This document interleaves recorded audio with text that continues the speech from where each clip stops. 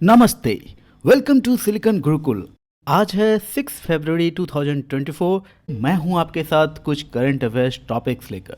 ये टॉपिक कई competitive examinations के लिए बहुत इंपॉर्टेंट है। सो अगर आप UPSC, state PCS, SSC, railway, banking या किसी भी कॉम्पिटिटिव एग्जामिनेशन की प्रिपरेशन कर रहे हैं तो इस सेशन के लास्ट तक बने रहिए, बिकॉज आपके लिए ये सेशन बहुत यूजफुल रहने वाला है। हमारा आज का पहला टॉपिक है व्हीट ब्लास्ट।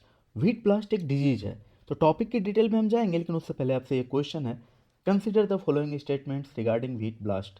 पहला स्टेटमेंट है it is a disease of wheat crop causing by a virus. दूसरा स्टेटमेंट है it spreads through infected seeds, crop residues and spores. 4 options are given और राइट आंसर आपको मिलेगा टॉपिक के detailed analysis में। Wheat blast के बारे में बात करने से पहले मैं आपको बता दूं, पूरे दुनिया में wheat third most produced cereal है and second most produced for human consumption. आप बात करें, फर्स्ट नंबर पर आता है राइस, सेकेंड नंबर पर आता है कॉर्न यानी कि मक्का, और थर्ड नंबर पर आता है व्हीट। और इस यहाँ पर ये डायग्राम में देखो, वर्ल्ड इकोनॉमिक फोरम का ये डायग्राम है। इसमें आप देख सकते हैं कि चाइना पूरे वर्ल्ड का 17% व्हीट का प्रोडक्शन करता है, इंडिया 12.5% एंड थर्ड नंबर पे आप रशिया एंड यूनाइटेड स्टेट्स दोनों को देख सकते हैं। तो इस तरह से पूरे वर्ल्ड में एक डिस्ट्रीब्यूशन है व्हीट प्रोडक्शन को लेकर, जिसमें फ्रांस, यूक्रेन और जर्मनी भी बहुत बड़ा हिस्सा अपना रखते हैं। अफ्रीका की बात करें तो थोड़ा यहाँ परसेंटेज आपको कम दिख रहा है, ये डाटा है 2020-21 के लिए। सो इस तरह से हम देख सकते हैं कि व्हीट का इंपॉर्टेंस पूरी दुनिया के लिए बहुत इंपॉर्टेंट हो जाता है। अब चाहे ड्रॉट हो, चाहे वार हो, या किसी भी इवेंट के कारण अगर व्हीट के प्रोडक्शन में किसी भी तरह का प्रॉब्लम आता है, व्हीट के एक्सपोर्ट इंपोर्ट या ट्रेड पर किसी तरह का कोई प्रॉब्लम आता है, तो इससे पूरा वर्ल्ड इफेक्टेड हो जाएगा। और व्हीट क्रॉप से ही रिलेटेड एक डिजीज है व्हीट ब्लास्ट। रिसर्चर्स ने हाल ही में इस पर अपना एक रिसर्च पब्लिश किया है और इसमें उन्होंने बताया है कि 2050 तक सिर्फ इस डिजीज व्हीट ब्लास्ट के कारण पूरे वर्ल्ड के व्हीट प्रोडक्शन में 13% तक की रिडक्शन देखी जा सकती है। आप यहाँ कॉर्नर में इस इमेज को देख सकते हैं डाउन साइड। ये जो ग्रीन आपको दिख रहा है, व्हीट का एक प्लांट दिख रहा है ग्रीन कलर का, वो एक एकदम हेल्दी प्लांट है। और उसके लेफ्ट साइड में जो आप यहाँ येलो देख रहे हैं या सूखा हुआ एक व्हीट प्लांट देख रहे हैं, यही समझ लीजिए कि इसमें ये डिजीज लग गया है। तो ये डिजीज से इन्फेक्टेड है, व्हीट ब्लास्ट डिजीज से। एक्चुअली व्हीट ब्लास्ट डिजीज एक फंगल डिजीज है, एक फंगस के कारण होता है। उस फंगस का नाम है मैग्नाफोर्थे ओराजी। तो हमेशा याद रखना कि व्हीट ब्लास्ट एक तरह का फंगल डिजीज है और उस फंगस का नाम है Magnaporthe oryzae and it is fast acting fever disease of wheat. और जैसे ही प्लांट इस डिजीज से इन्फेक्टेड होता है तो सबसे पहले प्लांट के हेड का ब्लीचिंग होता है, प्लांट का हेड सूखना शुरू होता है और धीरे धीरे वो जड़ तक आ जाता है। बात करें इस फंगस मैग्नापोर्थे ओरिजे की, तो इसमें कई सारे स्पेसीज होते हैं और वो स्पेसीज कई सारे प्लांट को इन्फेक्ट कर सकते हैं। Example barley, Lolium, rice, wheat, सबको ये इन्फेक्ट कर सकते हैं। लेकिन इसी में एक खास स्पेसीज होता है इस फंगस में जो व्हीट प्लांट को प्रिफरेबली इन्फेक्ट करता है, और यही कारण है कि व्हीट को बहुत अधिक खतरा है इससे। और ये वार्म एंड ह्यूमिड कंडीशन में सबसे अधिक फैलता है। स्प्रेड थ्रू इन्फेक्टेड सीड्स, जो भी व्हीट का इन्फेक्टेड सीड्स है उससे ये ट्रांसमिशन करेगा, उससे इसका संक्रमण होगा। क्रॉप रेसिड्यूज से, अगर कोई इन्फेक्टेड क्रॉप है उसका रेसिड्यू भी कहीं रखा हुआ है जो सूख गया, बेकार हो गया, उसको भी कहीं रख दिया जाए तो उससे भी ये डिजीज ट्रैवल कर जाता है। जो हेल्दी प्लांट्स होते हैं उनको ये इन्फेक्ट कर देता है, जो स्पोर्स होते हैं उससे भी ये कर सकता है। तो बहुत लॉन्ग डिस्टेंस तक ये ट्रैवल कर सकता है डिजीज। इवन एयर में भी ये उड़कर एक जगह से दूसरे जगह ट्रांसमिशन होता हुआ देखा गया है। ये इतना सीवर है, इसके गंभीरता को आप ऐसे समझें कि ब्राज़ील में या साउथ अफ्रीका में या इवन बांग्लादेश में अगर किसी खेत में इस तरह की बीमारी हो जाती है, व्हीट प्लांट्स में इस तरह का डिजीज लग जाता है, इस तरह का फंगस लग जाता है, तो लोग अपने खेत में आग लगा देते हैं कि वो बीमारी फिर हमारे दूसरे खेत में ना आ पाए। और जो भी फंगस हुआ है यहाँ पर, डेवलप हुआ है उसके एक खेत में, तो दूसरे खेत में ना डेवलप कर पाए, वो जल के ख़त्म हो जाए। इसलिए जिस खेत में ये सबसे पहले देखा जाता है वहाँ आग लगा दी जाती है, पूरे अच्छे तरीके से उसे जला दिया जाता है। ये इतना सीवर प्रॉब्लम है। जैसे ही कोई व्हीट प्लांट इस तरह के डिजीज से इन्फेक्ट होता है तो सबसे पहले उसका स्टेम, उसका सीड्स, उसका जो भी लीव्स होते हैं वो सबसे पहले इन्फेक्टेड देखते हैं। जो लीव्स होता है ना, उसमें आई शेप्ड लेजन्स देखने को मिलते हैं। 1985 में सबसे पहले इसे ब्राज़ील में देखा गया था। उसके बाद बहुत ही फास्ट ये साउथ अमेरिका में फैल गया था। फिर इसे साउथ अफ्रीका में भी देखा गया। रिसेंटली 2016 में ये डिजीज बांग्लादेश के व्हीट क्रॉप यील्ड को बहुत ही हार्शली अफेक्ट कर चुका है।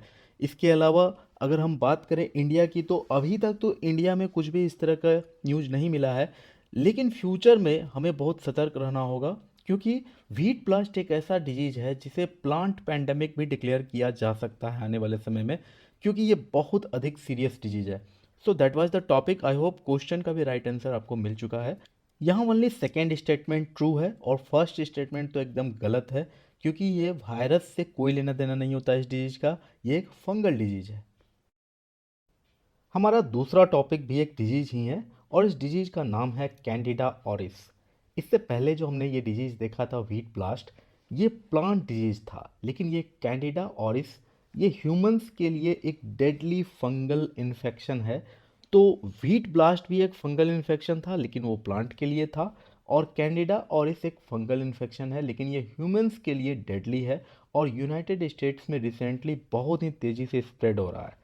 इसे फर्स्ट टाइम 2009 में जापान में डिस्कवर किया गया था और इसके बाद ये अदर कंट्रीज में बहुत ही रैपिडली फैला। ये एक emerging multi drug resistant yeast है। यीस्ट आप सबको पता होगा फंगस होता है, फंगस के कैटेगरी में आता है यीस्ट, और ये एक ग्लोबल हेल्थ थ्रेट बन सकता है आने वाले समय में। और ये इन्वेजिव इन्फेक्शंस काउज करता है, खासकर जिस ह्यूमन सिस्टम में, जिस भी ह्यूमन में वीकेंड इम्यून सिस्टम है, जिसकी रोग प्रतिरोधकता क्षमता थोड़ी सी कमज़ोर है, उसके बॉडी पर ये सबसे अधिक अटैक करता है। इसकी ट्रांसमिशन स्किन होकर होती है, एक पर्सन से दूसरे पर्सन ये स्किन होकर ही जाता है। लंबे समय तक ये स्किन पर रह सकता है। कहा जाता है कि इससे कोलोनाइजेशन कहा जाता है। ये डिजीज सबसे पहले किसी बॉडी को कोलोनाइज करता है उसके बॉडी के स्किन पर रहते हुए।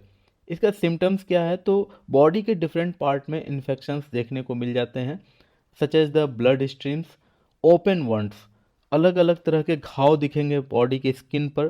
कान होकर भी ये इन्फेक्ट करता है कान को, और बॉडी का लोकेशन के अकॉर्डिंग ये डिपेंड करता है कि ये कितना सीवर है। अगर बॉडी के बहुत ही क्रिटिकल पोजीशन पर ये अपना इन्फेक्शन डाल देता है तो ये बॉडी को बहुत ज़्यादा परेशान करता है। सिम्टम्स इसके बिल्कुल उसी तरह के होते हैं जैसे बैक्टीरिया का इन्फेक्शन का सिम्टम होता है। ट्रीटमेंट की बात की जाए तो एंटी फंगल ड्रग्स से ये ट्रीटेबल होता है, लेकिन पहले ही मैंने आपको बता दिया है कि ये मल्टी ड्रग रेसिस्टेंट यीस्ट है, जिसके कारण इसे नॉर्मल एंटी फंगल मेडिसिन से ठीक करना, क्योर करना इतना आसान नहीं होता है। तो इसका जो ट्रीटमेंट होता है, क्योर होता है, वो लगभग टर्शियरी लेवल का होता है। दैट्स वाई एक इमरजेंसी सिचुएशन अभी यूएसए में बन चुकी है। आई hope you like this topic Candida orris which is a fungal disease. हमारा नेक्स्ट टॉपिक है घर पोर्टल। ये एक गवर्नमेंट इनिशिएटिव है, तो टॉपिक बहुत ही इंपॉर्टेंट है, इसका डिटेल्ड एनालिसिस भी करेंगे हम, लेकिन उससे पहले आपसे ये क्वेश्चन है कि घर पोर्टल जो रिसेंटली न्यूज़ में है, इसे किस लिए लॉन्च किया गया था। पहला ऑप्शन है monitor and track the restoration of historical landmarks. दूसरा ऑप्शन है digitally track and monitor the restoration and repatriation of children. तीसरा ऑप्शन है provide real time weather updates. और फोर्थ ऑप्शन है monitor environmental pollution levels. Four options given है और right answer आपको topic के डिटेल्ड एनालिसिस में मिल जाएगा। सबसे पहले घर पोर्टल का फुल फॉर्म देखो, go home and reunite portal. Actually ये एक्रोनिम है घर, गवर्नमेंट के कई सारे इनिशिएटिव इसी तरह के होते हैं। तो go home and reunite portal, तो क्वेश्चन का सही आंसर भी आपको मिल ही गया होगा, लेकिन सबसे पहले हम इसे डिस्कस करते हैं।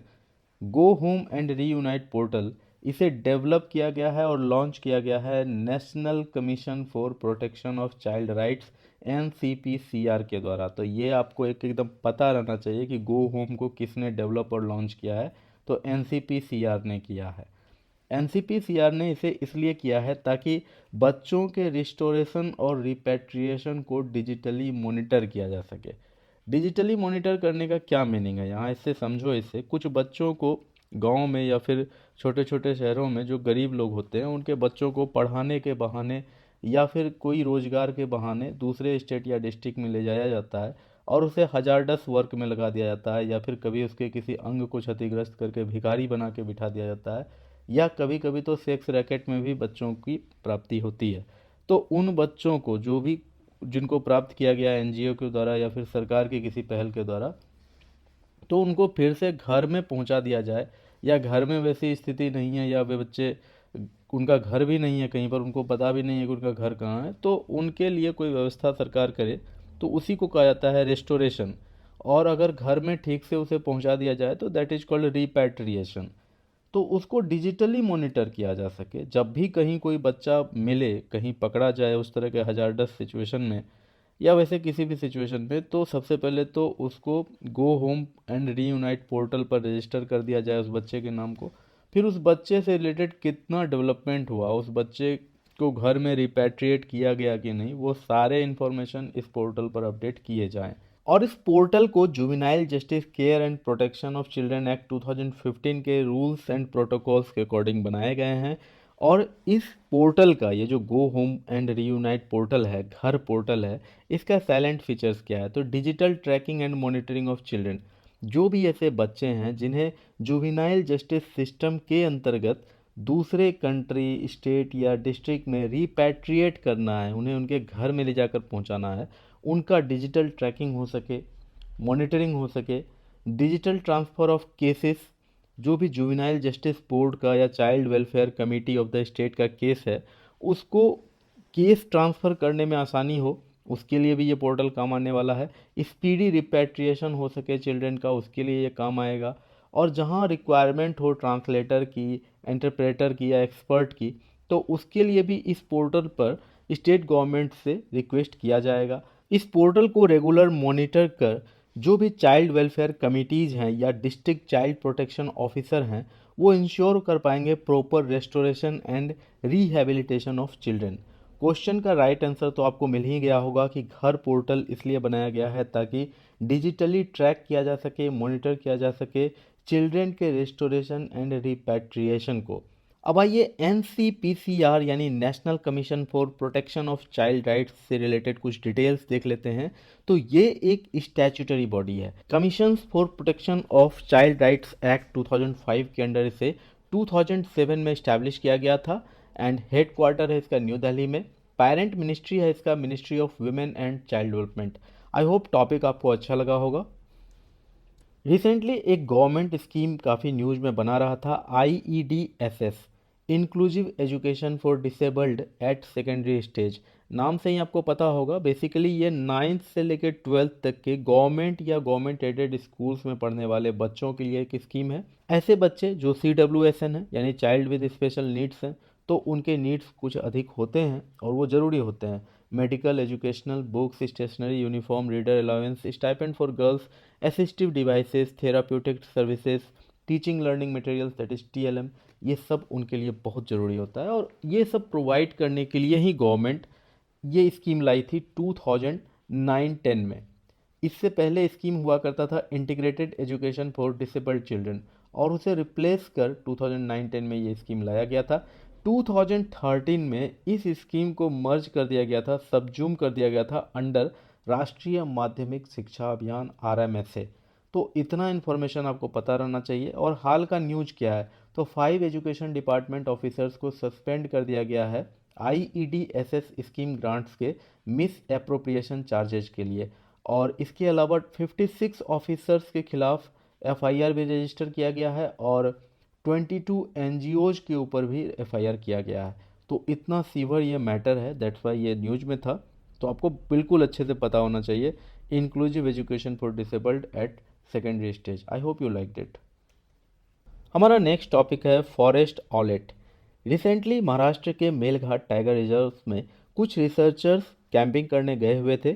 वहाँ उन्हें 3 टाइम्स बैक टू बैक कुछ साइट्स मिले एक इंडेंजर्ड स्पेसीज का, जो है फॉरेस्ट ऑलेट, और इसका साइंटिफिक नेम है एथीन ब्लेविट्टी, और ये एक मेंबर है ऑल फैमिली स्ट्रीगैडे का। तो ये तो इसका साइंटिफिक इन्फॉर्मेशन था। ये इंपॉर्टेंट क्यों है, क्योंकि इसे फर्स्ट टाइम डिस्क्राइब किया गया था 1873 में, और इसके बाद 1884 के बाद ये दिखा ही नहीं था, कहीं नहीं दिखा था, और इसे कई सालों के लिए एक्सटिंक्ट मान लिया गया था, सोच लिया गया था कि अब ये नहीं पाया जाता है। लेकिन 1997 में इट वाज रीडिस्कवर्ड, तो ये अपने आप में एक जादू रहा। और ये एंडेमिक है सेंट्रल इंडिया के फॉरेस्ट्स में। पहले इसे ऑब्जर्व किया जाता था ओडिशा, छत्तीसगढ़, मध्य प्रदेश, महाराष्ट्र एंड गुजरात। और मेलघाट टाइगर रिजर्व जो है महाराष्ट्र में, वो इसका फेवरेट लोकेशन माना जाता है। और अभी हाल ही के कैंपिंग में 3 साइट्स भी बैक टू बैक मिल गए। हैबिटेट की बात करें तो natural ecosystems habitat of this species include tropical and sub tropical moist lowland woods, dense deciduous woodlands and dry deciduous teak woods, tropical and sub tropical dry forest. तो इस तरह के जंगलों में ये पाए जाते हैं। स्मॉल एंड स्टॉकी, छोटे होते हैं लेकिन स्टॉकी होते हैं। स्टॉकी मतलब पूरा मुस्टंडा लगेगा देखने में, पूरा एकदम बंद शरीर का लगेगा, मस्कुलर लगेगा स्टॉकी। मेजर्स 20 से 25 सेंटीमीटर का लंबाई होता है इसका, 240 ग्राम का इसका वेट होता है और एक अनस्पॉटेड क्रॉन होता है इसके माथे पर। Presence of full throat collar, thickly feathered legs and heavily banded wings and tail. Conservation status की बात करें तो ये इंडेंजर्ड है IUCN रेड लिस्ट में और साइट्स में इसे अपेंडिक्स 1 में लिस्टेड किया गया है। So that was forest owlet. अब कुछ डिटेल्स हैं मेलघाट टाइगर रिजर्व से रिलेटेड। तो मेलघाट का मीनिंग होता है घाट का मेल। मेल मीन्स कन्फ्लुएंस, घाट मीन्स वैली, तो वैली के कन्फ्लुएंस को नाम दिया गया है Melghat tiger reserve. And Maharashtra के अमरावती डिस्ट्रिक्ट में ये लोकेटेड है। सतपुड़ा हिल रेंज के सदर्न ऑफशूट पर ये लोकेटेड है। ये एक हिल ही है, गविलगढ़ हिल इसका नाम है और वहीं पर ये लोकेटेड है मेलघाट टाइगर रिजर्व। और ये महाराष्ट्र का पहला टाइगर रिजर्व है। इस पूरे फॉरेस्ट एरिया में सबसे डोमिनेटिंग फ्लोरा है टीक। टीक वुड यहाँ पर बहुत अधिक पाया जाता है। इसके अलावा और भी कुछ फ्लोरा हैं यहाँ एनलिस्टेड कर आपको दिए गए हैं। फौना की बात करें तो स्लॉथ बियर, इंडियन गौर, सांबर डियर, लियोपार्ड, नीलगायज, ढोल, हैना, जंगल कैट, लंगूर etc ये सब यहाँ पाए जाते हैं। और फॉरेस्ट ऑलेट जो एक इंडेंजर्ड स्पेसीज है जिसके बारे में हमने अभी तुरंत बात की है, उसके लिए ये एक स्ट्रॉन्ग होल्ड कंसिडर किया जाता है। ये टाइगर रिजर्व 5 मेजर रिवर्स के कैचमेंट एरिया को कवर करता है। वो रिवर हैं खांडू, खापरा, सिपना, गडगा एंड डोलार। और ये पांचों रिवर ताप्ती रिवर के ट्रिब्यूटरी रिवर हैं। ताप्ती रिवर और गविलगढ़ रिज जो सतपुड़ा रेंज का ही एक रिज है, तो एक तरफ ताप्ती रिवर और एक तरफ गविलगढ़ रिज, ये दोनों इस टाइगर रिजर्व के बाउंड्री बनाते हैं। तो इस तरह से मेलघाट टाइगर रिजर्व से रिलेटेड कुछ इन्फॉर्मेशन आपको यहाँ दिया गया है। मैप में भी आप इसके लोकेशन को ठीक से देख सकते हैं। सो that was about forest owlet and Melghat tiger reserve. हमारा नेक्स्ट टॉपिक है ट्राइकोग्लोसम स्वामी विश्वनाथी। ये एक न्यू फंगस स्पीसीज है जिसे रिसेंटली केरला से डिस्कवर किया गया है। ये एक जेनस ऑफ फंगस है जिसे फैमिली जियोग्लासासी एस्कोमाइकोटा के फैमिली के अंडर क्लासिफाई किया गया है। इनका शेप, इनका बॉडी मशरूम से थोड़ा बहुत मिलता है, समवट सिमिलर है। एंड इसे हेयरी अर्थ ट्रंक्स भी कहा जाता है क्योंकि इसमें फिलामेंट्स बहुत होते हैं। अगर आपने सेल पढ़ा है, अगर आपने यूकैरियोट्स प्रोकैरियोट्स पढ़ा है ठीक से, तो आपको फिलामेंट या फ्लैजिला इसके बारे में पता होगा। तो इस स्पेसीज में फिलामेंट्स बहुत होने के कारण इसे हेयरी अर्थ टंग भी कहा जाता है।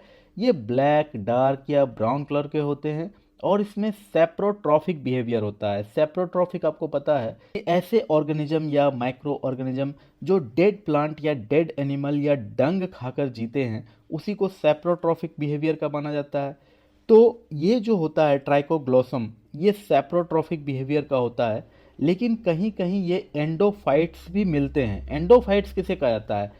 ऐसे ऑर्गेनिज्म या ऐसे माइक्रो ऑर्गेनिज्म जो प्लांट रूट्स में रहते हैं या प्लांट के किसी पार्ट में रहते हैं, प्लांट के उस पार्ट को पूरा कॉलोनाइज करके रहते हैं, लेकिन प्लांट के उस पार्ट को किसी भी तरह से हानि नहीं पहुंचाते हैं, हार्म नहीं पहुंचाते हैं, बस वहाँ वो रहते हैं और ना उसे किसी तरह का बेनिफिट पहुंचाते हैं, ना उसे किसी तरह का हार्म पहुंचाते हैं। Those are called endophytes. तो ट्राइकोग्लोसम इस तरह का भी दिखता है, इस तरह का भी मिलता है। 55 ट्राइकोग्लोसम जेनरा अब तक में ग्लोबली आइडेंटिफाई कर दिया जा चुका है एंड उसमें से 21 रिकॉग्नाइज्ड स्पेसीज हैं जिन्हें नाम दिया गया है। फॉर एग्जांपल केरला का ये स्पेसीज अपने आप में रिकॉग्नाइज्ड हो जाता है बिकॉज इसे नाम दे दिया गया है ट्राइकोग्लोसम स्वामी विश्वनाथी। ये mostly tropical and temperate forests में ग्लोबली डिस्ट्रीब्यूटेड है और 7 कंटिनेंट्स में से 5 कंटिनेंट में ये इजीली पाए जाते हैं और किसी भी तरह के ऑर्गेनिक मैटर के डिकम्पोजिशन में इसका एक क्रिटिकल रोल है। आप सबको पता होना चाहिए कि ऑर्गेनिज्म के 6 किंगडम है जिसमें से फंजाई एक इम्पॉर्टेंट किंगडम है। बहुत पुराने समय से ये अर्थ को रूल करता आ रहा है और आगे भी कई सालों तक, पता नहीं कब तक ये करता रहेगा, क्योंकि फंजाई जो होते हैं वो पूरे वर्ल्ड में पाए जाते हैं। इवन आपको साइबेरिया या फिर आर्कटिक ओशियन के पास वाले एरिया में भी फंजाई देखने को मिल जाएगा, एंटार्कटिक के पास वाले एरिया में भी फंजाई देखने को मिल जाएगा। तो फंजाई पूरे वर्ल्ड को बहुत ही अच्छे से कॉलोनाइज करके रखे हुए है। जितने भी लिविंग ऑर्गेनिजम्स हैं इस अर्थ पर, उसे 5 किंगडम्स में बांटा गया है: protista, Monera, animalia, Plantae and fifth is fungi. तो इस तरह से फंजाई लिविंग ऑर्गेनिजम्स का एक इम्पॉर्टेंट किंगडम है, जिसके अंडर कई सारे family, genus, genera, classes, species, बहुत सारे कुछ हैं इसमें।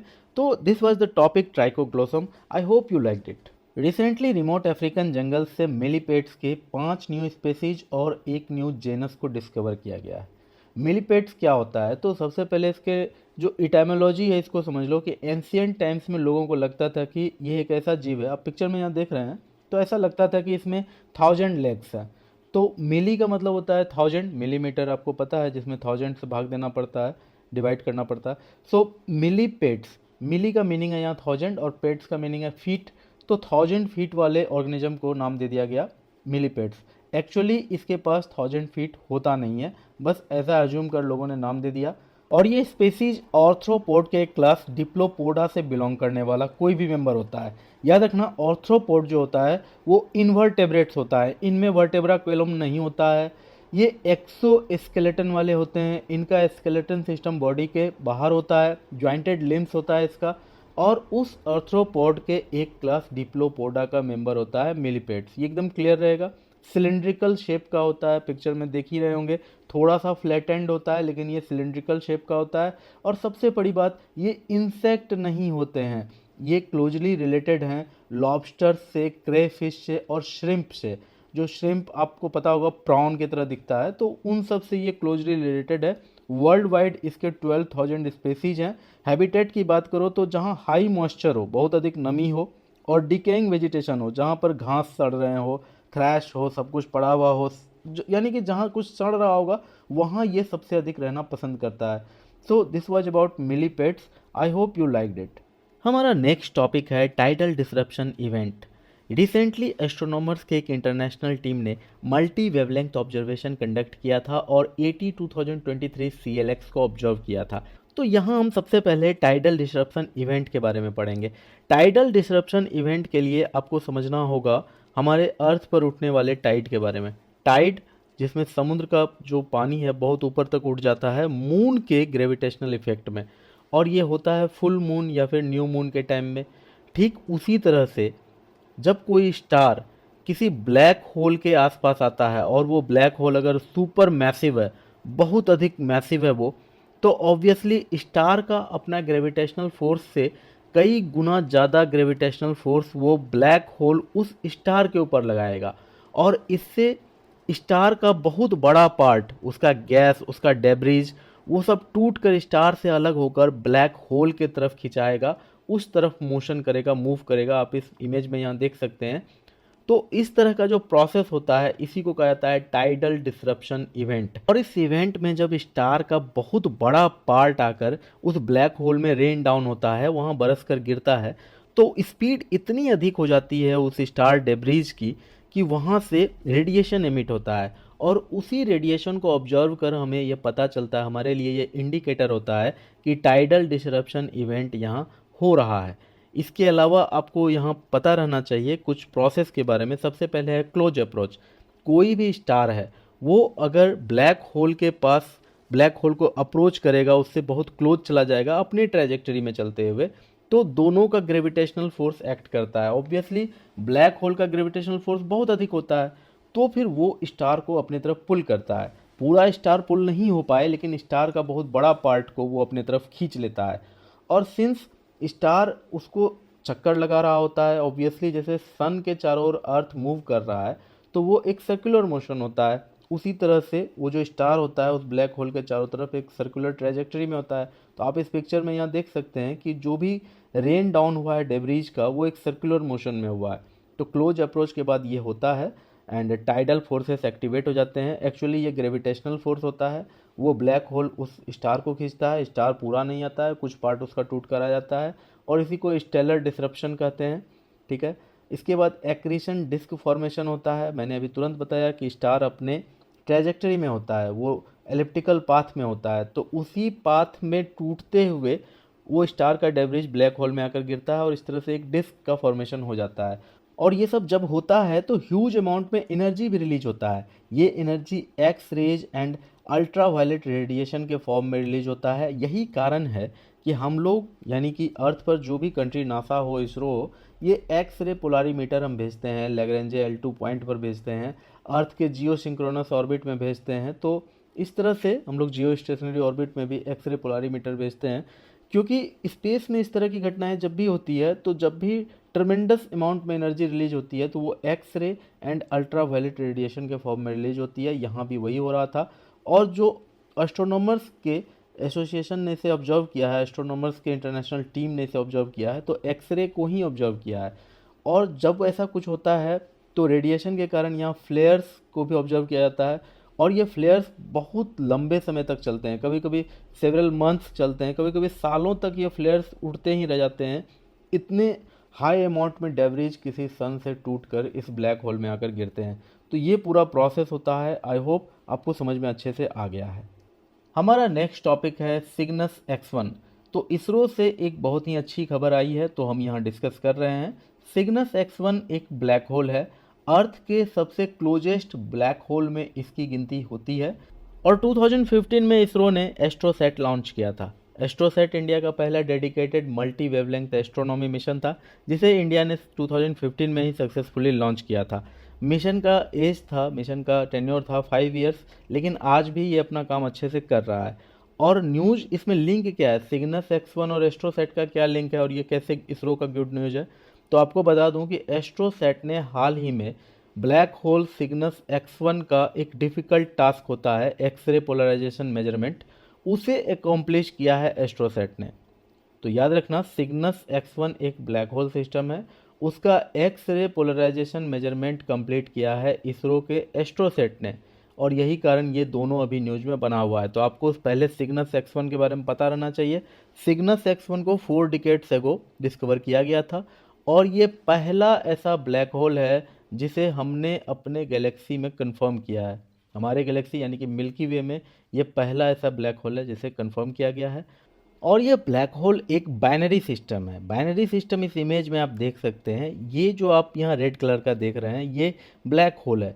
एक्चुअली ब्लैक होल नहीं देख सकता है, कोई भी नहीं देख सकता है, इसे समझो ये बाइनरी सिस्टम है। ब्लैक होल है, उसके पास में ही ये बड़ा सा डोनर स्टार आपको दिख रहा है। ये स्टार इतना बड़ा है, बहुत ही मैसिव है और इस ब्लैक होल के ग्रेविटेशनल इन्फ्लुएंस में है। तो ये स्टार इस ब्लैक होल के चारों ओर चक्कर लगाता है, लेकिन ग्रेविटेशनल इन्फ्लुएंस के कारण इस स्टार का बहुत बड़ा मास, बहुत बड़ा पार्ट इस ब्लैक होल की तरफ रेन कर रहा होता है, टूट टूट कर इस ब्लैक होल में जा रहा होता है। और यहाँ इसी टाइडल डिसरप्शन इवेंट के कारण, जो मैंने अभी तुरंत आपको पढ़ाया है, पीछे जाकर देख सकते हैं, तो टाइडल डिसरप्शन इवेंट के कारण इस स्टार का बहुत बड़ा पार्ट टूट टूट कर इस ब्लैक होल में जा रहा होता है। ऑब्वियसली ये स्टार इस ब्लैक होल के पास बस खड़ा तो है नहीं, ये इसके चारों ओर रिवॉल्व कर रहा है, जिसके कारण इसका जो भी मटेरियल है इस ब्लैक होल के चारों ओर इकट्ठा होता है और हमें एक डिस्क के फॉर्मेट में दिखता है। तो ये जो डिस्क है, इस तरह से जो रेडिएट करता हुआ डिस्क है, इसे हम कहते हैं एक्रेशन डिस्क। और इसी एक्रेशन डिस्क से सॉफ्ट एक्सरेज एमिट होते हैं और इसी एक्सरे को स्टडी किया जाता है वेरियस टेलीस्कोप्स के द्वारा। जो एक्सरे पोलारीमेट्री सैटेलाइट्स होते हैं, टेलीस्कोप होते हैं, उसके द्वारा इसे स्टडी किया जाता है और वेरियस रिजल्ट्स आते हैं और हमें ब्लैक होल के बारे में पता चलता है। फॉर एग्जांपल हम यहाँ कह रहे हैं कि ये ब्लैक होल सन से 20 टाइम्स हेवियर है। ये कैसे कह रहे हैं? तो इसी बेसिस पर कह रहे हैं कि वहाँ का जो भी एक्सरे था उसे स्टडी कर ये पता लगाया गया है कि ये कितना ग्रेविटेशनल फोर्स एग्जर्ट कर रहा है, उसी के अकॉर्डिंग ये तय कर पाते हैं हम लोग। अगर पूरे बाइनरी सिस्टम की बात करें, ये ब्लैक होल और ये पूरा स्टार, इन दोनों को अगर हम ऐड कर लें तो ये सन से 40 टाइम्स हेवियर है। So this was about the binary star, black hole and AstroSat. और एक्सरे पोलराइजेशन का क्या सिग्निफिकेंस है? तो एक्सरे मेजरमेंट जो होता है ना, पोलराइजेशन क्या है, तो ऐसा एक्सरे मेजरमेंट जिससे किसी भी रेडिएशन का एनर्जी या इंटेंसिटी रिवील किया जा सके। जो एक्सरे रेडिएशन होता है उसका, उसी को हम लोग एक्सरे पोलराइजेशन कहते हैं। And polarisation characteristics of X ray हमें बताता है कि जो भी इलेक्ट्रिक फील्ड है, ऑसिलेटिंग इलेक्ट्रिक फील्ड है, उसका ओरिएंटेशन किस तरफ का है। एंड वहाँ जो भी प्रॉपर्टीज़ है उस ब्लैक होल का, उसका पता चलता है, ज्योमेट्री का पता चलता है। तो ये सारी बातें होती है। एंड आई होप आपको बहुत ही अच्छा लगा होगा। ये टॉपिक साइंस से रिलेटेड एक इंटरेस्टिंग टॉपिक है। एस्ट्रोसेट से रिलेटेड कुछ डिटेल है यहाँ विकीपीडिया से आपके लिए लेकर आया हूँ। 2015 में इसे लॉन्च किया गया था, 28 सितंबर 2015 में इसे लॉन्च किया गया था। एंड इसका टेन्योर था, प्लान किया गया था 5 ईयर्स के लिए, लेकिन अभी 8 ईयर्स 3 मंथ्स हो चुके हैं, 29 डेज, लेकिन अभी भी ये बहुत अच्छे से काम कर रहा है। And we are grateful for our AstroSat. So that was the topic, I hope you liked it. हमारा नेक्स्ट टॉपिक है Thanthai Periyar wildlife sanctuary. Recently Tamil Nadu government ने बारगुर हिल्स के पास 80,000 हेक्टेयर के करीब रिजर्व फॉरेस्ट एरिया को Thanthai Periyar wildlife sanctuary declare कर दिया है। ये एरिया तमिलनाडु के इरोड डिस्ट्रिक्ट में लोकेटेड है। ये बहुत ही इंपॉर्टेंट न्यूज हो जाता है बिकॉज ये एरिया फॉरेस्ट के हिसाब से, इन्वायरमेंट के हिसाब से बहुत इंपॉर्टेंट है। इसको ऐसे समझो कि ये एरिया जिसे Thanthai Periyar wildlife sanctuary declare किया गया है, ये सत्यमंगलम टाइगर रिजर्व को Male Mahadeshwara hills tiger reserve और कावेरी वाइल्ड लाइफ सेंचुरी को आपस में जोड़ता हुआ कॉरिडोर का बहुत इंपॉर्टेंट पार्ट है। और टाइगर पॉपुलेशन के मेंटेनेंस में ये एरिया बहुत ही क्रूशियल प्रूवन है। इसे नेशनल टाइगर कंजर्वेशन अथॉरिटी भी आइडेंटिफाई करता है एक टाइगर कॉरिडोर के रूप में। इसे एलिफेंट कॉरिडोर के रूप में भी आइडेंटिफाई किया गया है, क्योंकि यहाँ एक सिग्निफिकेंस है, जो एलिफेंट हैं या फिर इंडियन गौर हैं, वो यहाँ पर अच्छा खासा ग्रेजिंग करते हैं। यहाँ इनका हेल्दी पॉपुलेशन यहाँ से बिलोंग करता है। ये फॉरेस्ट एक प्रोमिनेंट पोजीशन भी ऑक्यूपाई करता है, क्योंकि इस फॉरेस्ट पर ईस्टर्न घाट और वेस्टर्न घाट्स मर्ज कर जाते हैं और यहाँ फ्लोरा और फौना भी बहुत अधिक देखने को मिलता है। एंड सबसे इम्पोर्टेंट बात आपको बता दूं कि कर्नाटका का कोलिगल फॉरेस्ट और नीलगिरी के बीच का ये कनेक्टिंग एरिया है। आप सबको पता है नीलगिरी पर्वत पर ही ईस्टर्न घाट और वेस्टर्न घाट मीट करते हैं, मर्ज करते हैं, तो इसलिए यहाँ बहुत इंपॉर्टेंट हो जाता है ये। और एलिफेंट और इंडियन गौर, ये सब तो बातें हो गई है। इसके अलावा पालार रिवर के कैचमेंट में ये पूरा का पूरा एरिया आता है। पालार रिवर जो कावेरी रिवर में जाकर ड्रेन कर जाता है and it is crucial water source for agricultural activities. आप सबको पता होगा यहाँ जो भी फ्लोरा फौना है उसके लिए तो वाटर सोर्स के लिए पालार रिवर है ही। यहाँ जो लोकल ट्राइबल कम्युनिटीज़ हैं वो यहाँ के इकोसिस्टम पर डिपेंड करते हैं और उनका ट्रेडिशनल प्रैक्टिसेस है, बहुत ही बैलेंस बनाकर वो रहते हैं। बहुत अच्छा यहाँ उनका सिस्टम होता है रहने का। तो उनके एग्रीकल्चरल एक्टिविटीज़ के लिए पालार रिवर का वाटर यूज होता है। So that was about Thanthai Periyar wildlife sanctuary. I hope you like this topic. हमारा नेक्स्ट टॉपिक है Codex committee on spices and culinary herbs, जिसका 7th सेशन कोची में ऑर्गेनाइज हुआ था और उसमें 31 कंट्रीज़ ने पार्टिसिपेट किया और यहाँ 5 स्पाइसेस के लिए क्वालिटी स्टैंडर्ड्स फाइनलाइज किए गए थे। और ये 5 स्पाइसेस कौन कौन हैं, तो small cardamom, turmeric, juniper berry, allspice and star anise, ये सब 5 स्पाइसेस हैं जिनके लिए क्वालिटी स्टैंडर्ड्स तय किए गए हैं। हमारा नेक्स्ट टॉपिक है nano DAP. Recently finance minister Nirmala Sitharaman ने इंतरिम बजट प्रेजेंट करते हुए ये अनाउंस किया था कि पूरे कंट्री में ऑल एग्रो क्लाइमेटिक जोन्स में नैनो डीएपी के एप्लीकेशन को एक्सपेंड किया जाएगा, बढ़ाया जाएगा। तो हमारे लिए ये जानना बहुत इंपॉर्टेंट है कि नैनो डीएपी आखिर होता क्या है। तो सबसे पहले पता रखना चाहिए कि डीएपी क्या होता है। DAP means di ammonium phosphate. ये second most commonly use fertiliser है आफ्टर यूरिया। सबसे अधिक यूरिया यूज होता है इंडिया में और सेकेंड नंबर पर डीएपी यूज होता है, डाई अमोनियम फॉस्फेट। इसमें फॉस्फेट बहुत अधिक होता है, 16% फॉस्फोरस एंड 8% नाइट्रोजन। देखो डाई अमोनियम है तो अमोनियम में है तो उसमें तो नाइट्रोजन होगा ही, फॉस्फेट ऑब्वियसली फॉस्फोरस होना चाहिए, तो 16% फॉस्फोरस है, 8% नाइट्रोजन है। फॉस्फोरस का काम होता है जो रूट्स होते हैं ना प्लांट के, उसको एस्टैब्लिश करना और उसमें डेवलपमेंट अधिक से अधिक करना। बिकॉज प्लांट का सबसे बेसिक फाउंडेशन तो रूट्स ही होता है, जो लैंड को बहुत ही अच्छे से ग्रिप बनाता है, लैंड को अंदर तक पेनिट्रेट करता है। और सॉइल के अंदर पेनिट्रेशन के बाद ये रूट्स ही होते हैं जो वाटर एंड मिनरल्स वहाँ से अब्जॉर्ब कर प्लांट में सप्लाई करते हैं। तो रूट्स के लिए फास्फोरस होता है और प्रोटीन सिंथेसिस के लिए नाइट्रोजन होता है। तो इसलिए DAP, डाई अमोनियम फॉस्फेट, बहुत इंपॉर्टेंट हो जाता है हमारे क्रॉप्स के लिए। एंड तो ये तो बात हुई DAP की, लेकिन नैनो DAP क्या है दोनों में डिफरेंस? तो आपको बता दें कि DAP जो अब तक किसान यूज करता आ रहा था वो ग्रैनुअल फॉर्म में होता था। वो बोरी का बोरी किसान खरीदता था, फिर अपने खेत में ले जाकर उड़ेलता था, खेतों में उसे अच्छे से पूरे फैलाता था, इस तरह से यूज करता था। लेकिन बात करें नैनो DAP की, तो इसे इफ़को यानी Indian farmers fertiliser cooperative limited ने बनाया है। इसकी सबसे बड़ी खासियत ये है कि इसके जो भी पार्टिकल्स हैं, इसके जो भी कण हैं, वो नैनोमीटर के साइज में है। 100 नैनोमीटर का साइज है इसका। देखो, पहले जो DAP यूज किया जाता था, बोरियों में खरीदा जाता था, तो उसके जो पार्टिकल्स होते थे वो ग्रैन्युलर पार्टिकल होते थे, दाने दाने होते थे। तो मेरे फादर किसान हैं, मैंने भी थोड़ी बहुत खेती की है, दैट्स वाई मैं जानता हूँ ये सब बातें। तो वो ग्रैन्युलर होता था, बहुत अच्छे से मिक्स नहीं हो पाता था। लेकिन ये जो नैनो DAP है, जो लिक्विड फॉर्म में है, इसके जो भी पार्टिकल्स हैं वो लिक्विड में है और 100 नैनोमीटर के साइज में है। इसका पार्टिकल साइज है 100 नैनोमीटर। दैट मीन्स ये खेत में पूरे अच्छे से फैल सकता है, कोने कोने में जा सकता है, नैनोमीटर के लेंथ में ये जा सकता है। आप समझ सकते हैं इसकी पेनेट्रेशन पावर कितनी अधिक बढ़ जाती है। तो हायर क्रॉप यील्ड इससे मिल जाएगा, क्वालिटी फूड मिलने लगेंगे।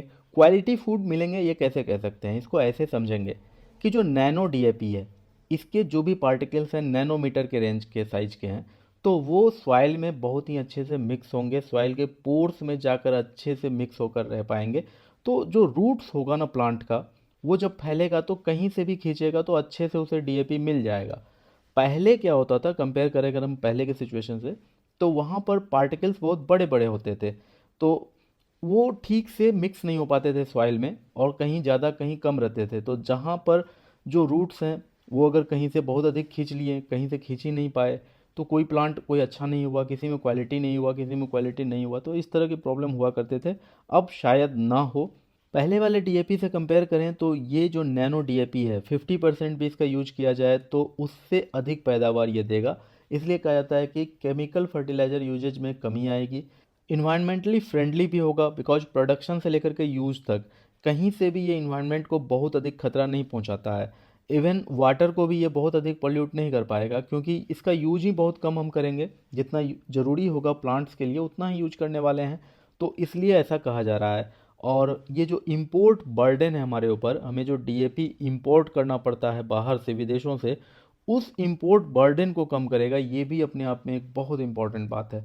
सो that was about nano DAP। I hope you liked it. हमारा नेक्स्ट एंड लास्ट टॉपिक है C cares portal. C cares portal coal mines provident fund organisation के अंडर बनाया गया एक वेब पोर्टल है, जिसे union minister of coal mines and parliamentary affairs ने recently launch किया है। सी केयर पोर्टल से रिलेटेड कुछ फैक्ट्स यहाँ आपको दिए गए हैं, आप अच्छे से इसे देख सकते हैं। बेसिकली आपको याद रखना है कि C cares portal minister of coal mines के अंडर काम करता है, coal mines provident fund organisation के लिए यह काम करता है। इतना बात आपको पता है एग्जाम के लिए, ठीक है। And on this note I am concluding the session. I hope ये सेशन आपको बहुत अच्छा लगा होगा। सेशन की जो भी बातें आपको अच्छी लगी प्लीज़ कमेंट सेक्शन में लिखें, मैं उसे और इम्प्रूव करूँगा। और जो बातें आपको बिल्कुल भी अच्छी नहीं लगी तो अनलाइक करो और कमेंट सेक्शन में लिखो कि क्या अच्छा नहीं लगा, ताकि मैं उसे इम्प्रूव कर सकूँ और आपको एक अच्छी सर्विस प्रोवाइड कर सकूँ। On this note, best of luck to all of you. Good bye.